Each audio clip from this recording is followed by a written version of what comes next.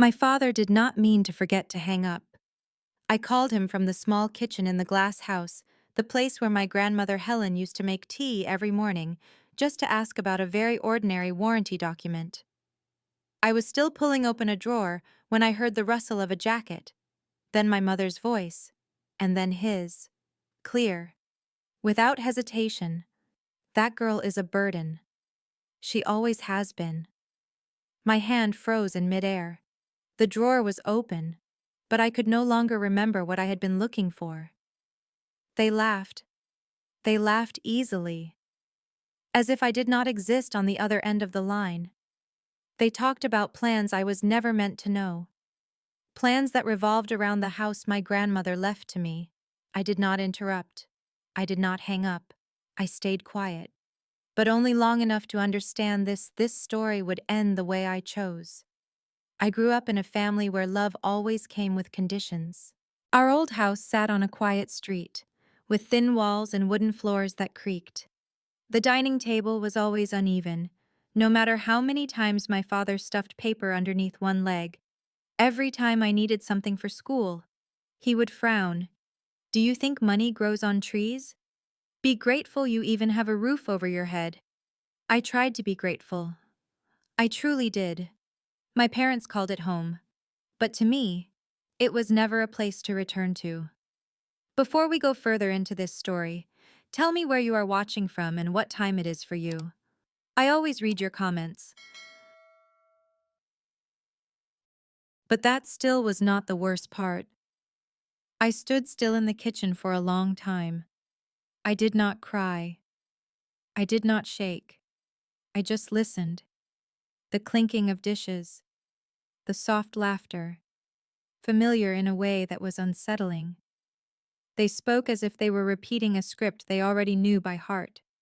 No hesitation, no uncertainty.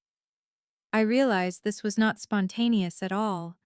It was smooth, rehearsed, and it was that smoothness that sent a chill down my spine. I was no longer a person on the other end of the line. I was just an item in a plan. I had heard these lines before, only back then.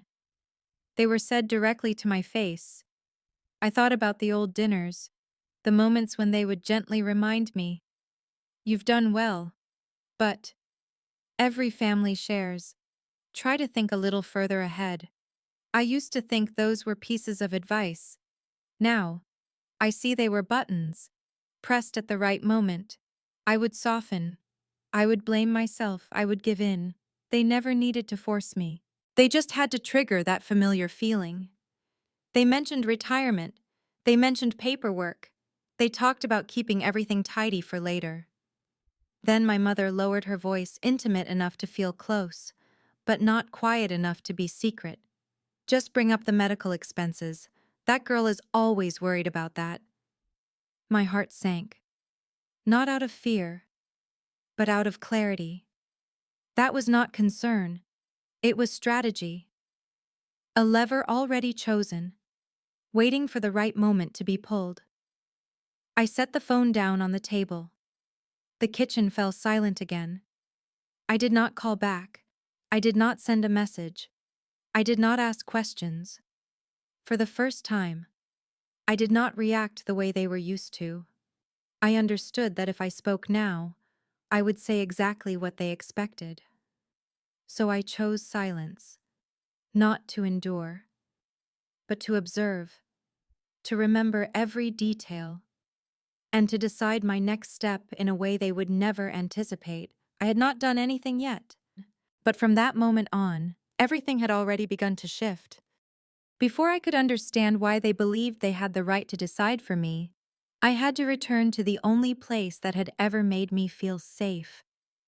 Grandmother Helen's house sat tucked into the slope of the Marin Hills, with a line of eucalyptus trees swaying behind it in the wind.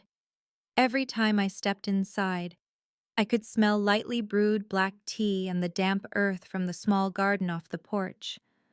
There was no nagging, no measuring looks, only slowness. She would place her hand on my shoulder, very gently, as if afraid of startling me. "Sit down first," she would say. There's no need to rush. There. I never had to explain why I was tired. I only had to be present. She never spoke about sacrifice. She spoke about responsibility, about standing firmly on your own before thinking about supporting someone else. She taught me to record expenses in a hard-covered notebook, each line neat and orderly. She taught me to plant trees, to wait for seasons. She taught me that anything not cared for properly would eventually wither. "You are capable," she said, as if it were an obvious fact, with no conditions attached, not in exchange for obedience. When I made mistakes, she never raised her voice. She only asked, "What did you learn from this?" I never called it a contrast. I just assumed every family was like that. In my grandmother's house, silence meant rest. In my parents' house, silence was a warning that something was coming. In my grandmother's house, questions were listened to until the end. In my parents' house, questions were often cut off by a list of everything they had done for me. I grew used to shrinking myself, used to predicting other people's moods to avoid friction. I called that maturity. Looking back now, I understand it was training. I learned to say, "It's fine," before anyone even had the chance to apologize. I learned to smile lightly, so things would pass more quickly. There were nights when I sat alone in my room for a long time, listening to footsteps in the hallway, wondering whether I should open the door or keep pretending to sleep. I thought that was being tactful. In truth, it was fear. When my grandmother passed away, the house she left me was not just an asset, it was a confirmation that she trusted me to care for it in my own way. I repainted the walls, fixed the porch roof, kept the garden exactly as it was. I preserved every old brick, every patch of soil she had tended, as if doing everything right would make the house protect me in return. I did not realize that I was trying to prove my worth through thoroughness, and in doing so, I was quietly teaching others to treat that thoroughness as a given. Every change had a reason. Every expense was documented. I believed I was doing the right thing, opening the door for my parents to stay temporarily. Sharing space, sharing time, sharing. I did not realize I was carrying an old habit with me, placing their needs ahead of my own boundaries. The words I heard over the phone that night did not come out of nowhere. They had roots. In the evenings when I told myself, "Let it go." In the times I paid instead of asking questions. In my belief that if I was good enough, everything would be calm. Standing in the quiet kitchen, I suddenly saw it clearly. Grandmother Helen had taught me how to build a life. And somehow, I had given others permission to redraw that blueprint. That was what was about to change. I did not yet know what I would do. But I knew one thing for certain: I would not repeat the old lesson ever again. There are moments when you stop asking, "What did they do wrong?" and start asking why you stayed silent for so long. I used to believe silence was how you kept the peace, that if I did not say anything, everything would pass more quickly. I became used to anticipating other people's reactions, adjusting my tone, choosing safe words, not because I was weak, but because I was taught to be that way. Every time I swallowed a question, the room grew quiet, and I learned the wrong lesson: silence was rewarded. I did not realize the price I was paying was myself. They rarely gave orders. They reminded me. Family means thinking of each other. You can handle it. It's just a little thing. The word sounded so reasonable that refusing made me feel selfish. I was not pushed into a corner. I was guided there, with gentle voices, with old stories about sacrifice, and every time I nodded, my boundaries stepped back one more pace, so small that I barely noticed. Maybe you have been that person too, the one who is always fine, the one who can handle it, the one everyone turns to whenever something difficult needs fixing. No one asks if you are tired, because you always look like you are not. I realized I had grown so used to that role that I mistook it for my identity. But identity is not obligation, and long-term endurance is not a virtue. If you are still listening to this story, please comment number 1 so I know you are still here, and thank you for staying with me. Now, come back to the story with me. I did not call it damage until one day I tried calling it by its real names: guilt, obligation, fear of disappointing. Once I named them, everything changed. Not because they disappeared, but because I stopped confusing them with love. I understood that love does not require you to make yourself smaller. And if a relationship only feels peaceful when you stay silent, then that peace is not meant for you. Standing in the familiar kitchen, I took a deep breath, not to calm myself, but to confirm what I already knew. I did not need more evidence. I needed a decision. And this time, I would not make that decision to please anyone other than myself. I had not told them anything yet, but in my mind, the plan had already begun to take shape. I did not need an apology from them. I needed a plan that would not let emotion ruin everything. I called Ava Reynolds on a foggy morning in Marin. No rambling, no emotional unloading, just isolated facts, placed in the correct order. Ava listened carefully. She did not interrupt. She did not react. When I stopped, she asked a single question. "Your name is the only one on the paperwork, correct?" I said yes. On the other end of the line, I heard the sound of a keyboard. Steady, cold. "Then we're talking about rights, not feelings." Ava said. I realized I had just crossed into a new boundary. Ava did not promise anything. She listed things: obligations, rights, risks. "You have no legal responsibility to let them continue living there," she said. "But you need to do everything cleanly." Clean meant paperwork, timelines, records, no early warnings, no arguments. I wrote down every line, not to remember it, but to reassure myself that I was acting rationally. Ava paused for a moment. "Are you prepared for them to be angry?" I took a breath. "I've carried that my whole life." Ava went on to explain the risks if I disrupted the sequence. One email without a timestamp, one emotionally driven decision, would be enough to pull everything backward. "You cannot give them an opportunity to turn this into a dispute," she said. "You are not leaving in silence. You are leaving in order." That afternoon, I met Daniel Park in a glass office overlooking the bay. Daniel did not ask for reasons. He only asked about timing. No listing, no signs, no loud showings. I said. Daniel nodded. "There's someone looking for exactly this." We talked about figures, distances, conditions. Everything moved forward so neatly that it felt strange. No one asked why, no one judged. I left feeling a little lighter, as if part of the weight had been set down on someone else's desk. That evening, I walked through each room, unhurried.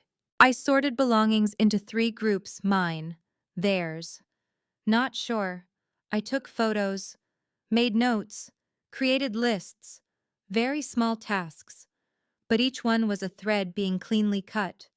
I opened a new account, changed passwords, scheduled the move. Every action carried a timestamp. I reprinted all important documents, backed up digital copies, placed each file into its own folder. Not because I was afraid of losing them, but because I wanted that when everything ended, there would be no unanswered questions left. Clarity, I realized, is also a form of self-defense. I was not acting out of fear. I was acting because I did not want any more misunderstandings. The house was quiet, not tense, just empty in a way that was necessary. I did not tell my parents anything, not out of cowardice, but out of clarity. If I spoke now, everything would be pulled back into old patterns. I needed time to let the gears already turning finish their work. Standing on the porch, the wind moving through the garden, I noticed the difference. This silence was not endurance. It was part of the plan, and I knew that when they finally realized it, it would already be too late to turn back. There was no ceremonial moment, only tasks that needed to be done, and I did them in silence. I woke earlier than usual. Marin was still covered in a thin layer of fog, condensation clinging to the glass doors. I made tea, without sugar. I set the cup down on the kitchen counter exactly where Grandmother Helen used to stand. Everything unfolded according to the order I had written down. I checked the schedule, the move at 9 o'clock, the key handover at 11 o'clock. There was nothing left to discuss. I put on a light jacket, folded the kitchen cloth, slipped it into my bag. The only sound was the ticking of the wall clock. I was not hoping anyone would understand. I only needed everything to happen according to plan. Outside, the first car on the street rolled by slowly. An ordinary morning, with no sign that this would be the last day I stood in this kitchen. I walked through each room, turning the lights on and then off again immediately. The lights stayed on just long enough to confirm it.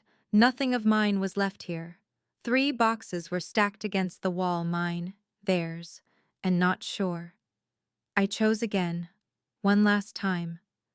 An old photo in a worn wooden frame went back into the correct box. Bills, notebooks, spare keys, each item into its own folder. I labeled everything with black ink, the letters neat and even, not for them to read, but so I would not have to come back. When the box lids closed, the room felt larger, empty, and clear. The truck stopped by the porch. I signed the confirmation, nodded, no further instructions needed. When the back doors closed, the garden fell still. I paused for a moment, looking at the flower bed Grandmother Helen had taught me to trim new shoots just beginning to appear. I did not pluck them. I did not touch them. I simply took a breath deep enough to remember this feeling lightness. The keys went into a white envelope, sealed shut. I left the porch without looking back. The road ahead opened straight and bright. Behind me, the boundary closed. I slid the envelope into the door slot exactly as Ava had instructed, took one photo as proof, then checked the time on my phone. Everything aligned so precisely that I felt steady. They returned with heavier suitcases and a house that no longer opened. The flight landed in the late afternoon. The marine sun was low, yellow, and sharp. They pulled their suitcases along the gravel path, talking about the trip, searching for the keys in their coat pockets. The gate clicked softly. Everything felt familiar until the key touched the lock. There was no click, just a hard, empty resistance. They tried again. And then once more. Someone across the street paused their car, glanced over, then drove on. The neighboring door closed slowly. No one said anything, but the entire street seemed to register that something was wrong. The excitement dropped to the ground, shattered into silence. A neighbor drew the curtains. The wind moved across the porch, carrying the smell of salt. They stood there, not yet understanding what had just happened. The back door did not open either. The windows were locked. The house stood still, as if no one had ever lived there. The phone began to vibrate non-stop, messages stacked on top of one another. The voice in the voicemail grew tighter, confusion turning into anger. Then one question, repeated again and again, "Where are you?" They found the white envelope in the door slot. Their names were written carefully. Inside were the handover documents and a short note. Everything had been arranged legally. No explanation, no apology, just the truth, placed exactly where it belonged. The final call came in the evening. I let the phone vibrate. I did not answer. I knew they were rereading every line, looking for an emotional gap to slip into. But this time, there was none. Outside, night fell quickly. Streetlights turned on one by one.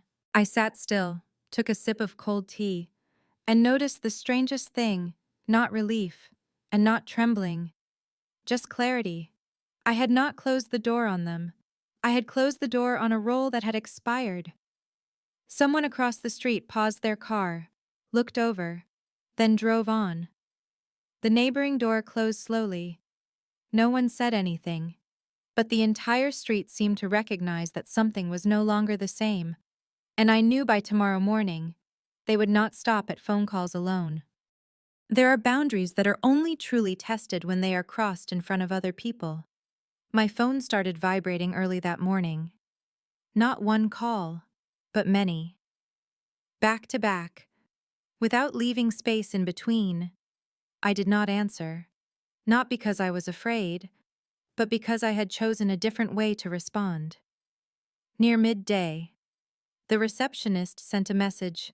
"There are two people asking to see you. They say they're family." I was in a meeting room, frosted glass walls, white light overhead. I read the message, turned my phone face down on the table, and continued listening to the rest of the meeting as if nothing had happened. 10 minutes later, a second message came in. They refused to leave.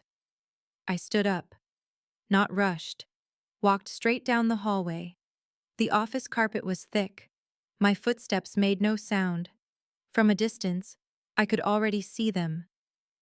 Frank stood close to the reception desk, one hand gripping the stone edge. Carolyn was speaking quickly, her voice higher than usual.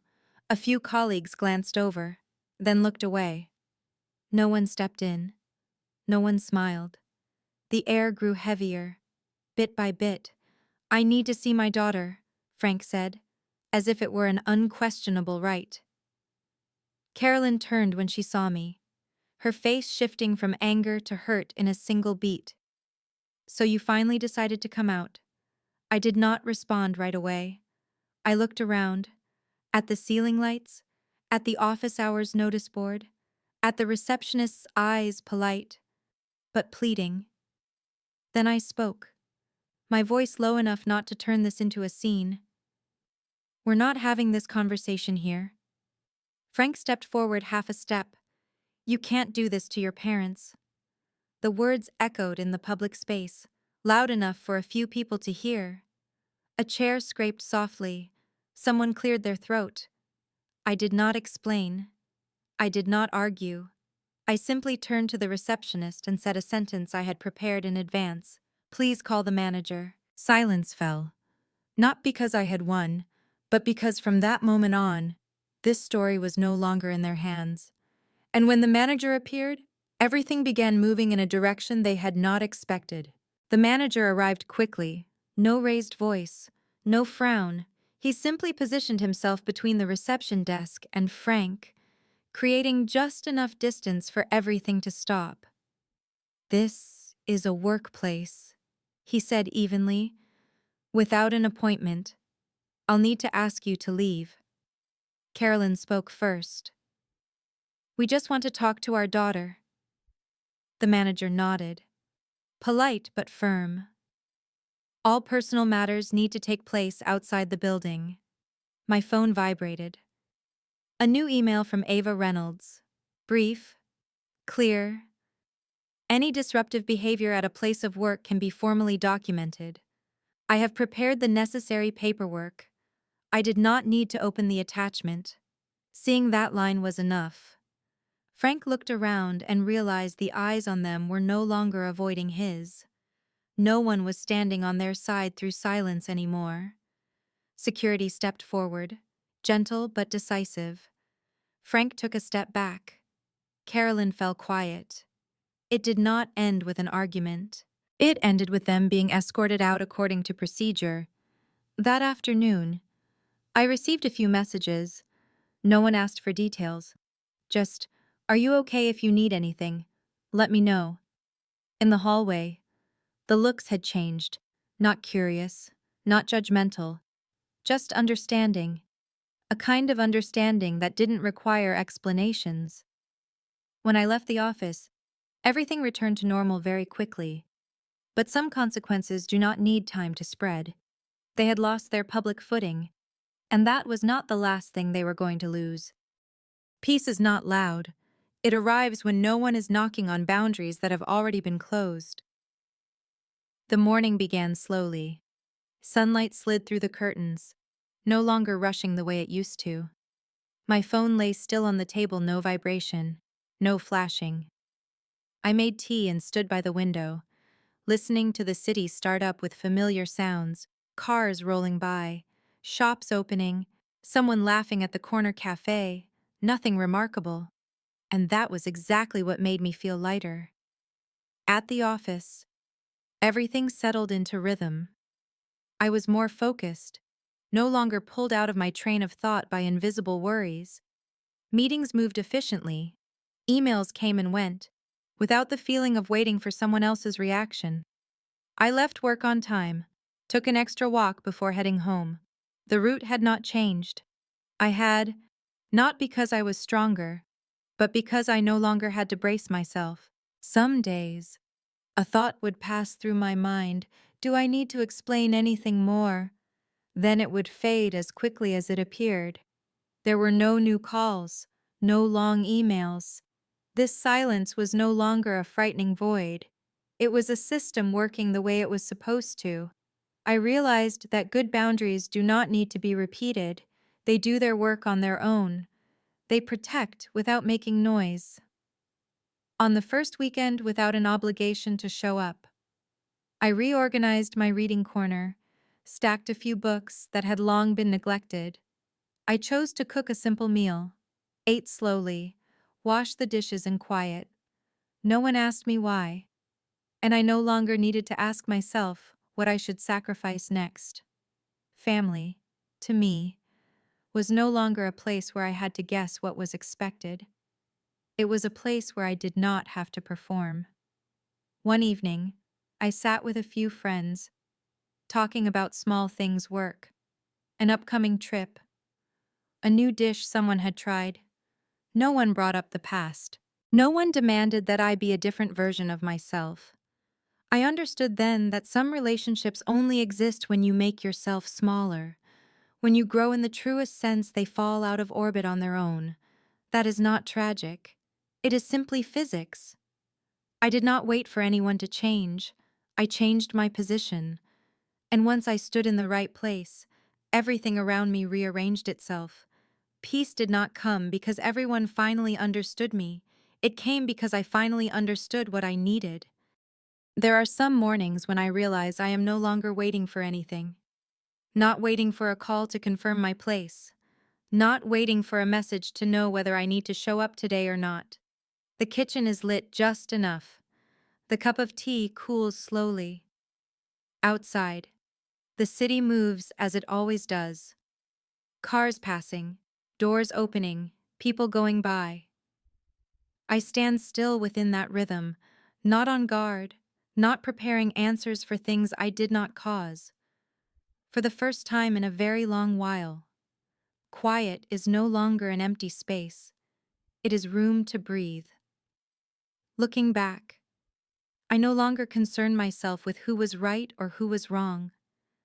I see only one thing clearly. Fairness is not about being loved more. Fairness is being respected equally and having the right to say no without paying for it with silence or guilt. Some families change because they want to. Some families only change when one person stops carrying the load for everyone else. I did not fix them. I fixed the boundaries. And when boundaries stand firm, everything around them is forced to rearrange. If you have ever been the one who is always fine, the one who can handle it, the one who can wait until later, remember this: growing up is not about enduring better. It is about choosing yourself at the right moment. Peace does not come when everyone understands you. It comes when you understand what you need and protect it to the end. If this story resonated with you, let me know: where are you watching from, and at what time? Early morning, a lunch break, or a quiet evening. Each choice carries its own story. If you want, share your experience in the comments. Not to argue, just to be heard. Don't forget to like and subscribe to the channel so I can share more meaningful and valuable stories with you. See you in the next story.